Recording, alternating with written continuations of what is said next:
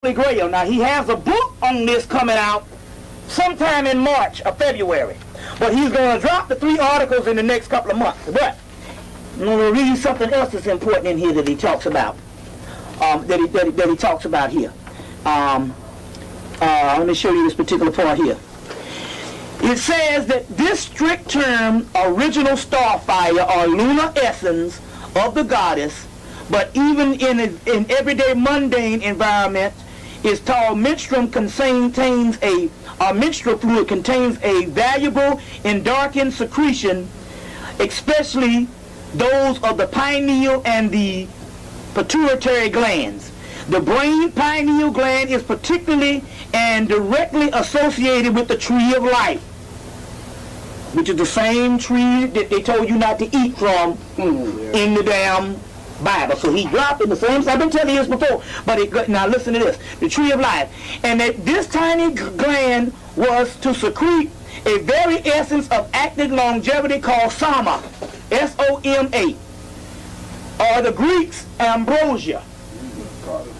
You see, that's the food of the gods. You see them, the Greeks ambrosia. Now, most of you probably are familiar with the functions of the pineal glands or the endarkened system. But for those who probably do not know, the pineal is a very special gland, shaped like a pine cone, but it's about the size of a grain of corn. It's real small. That's called the hidden god, or called the small-faced god. The small-faced god. A grain of corn. Now, it is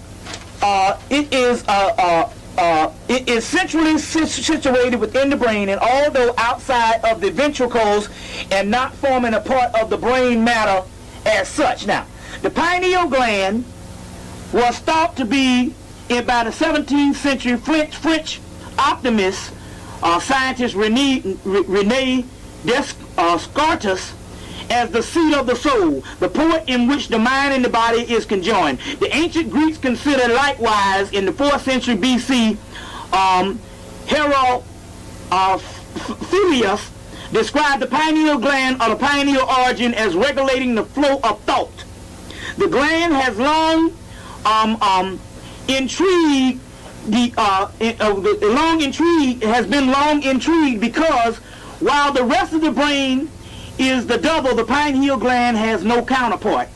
Talking about the right brain and left brain. In the days of ancient Sumer or Egypt, the priests of Anu, the father of Enlil and Enki, protected the. I'm trying to get to the point.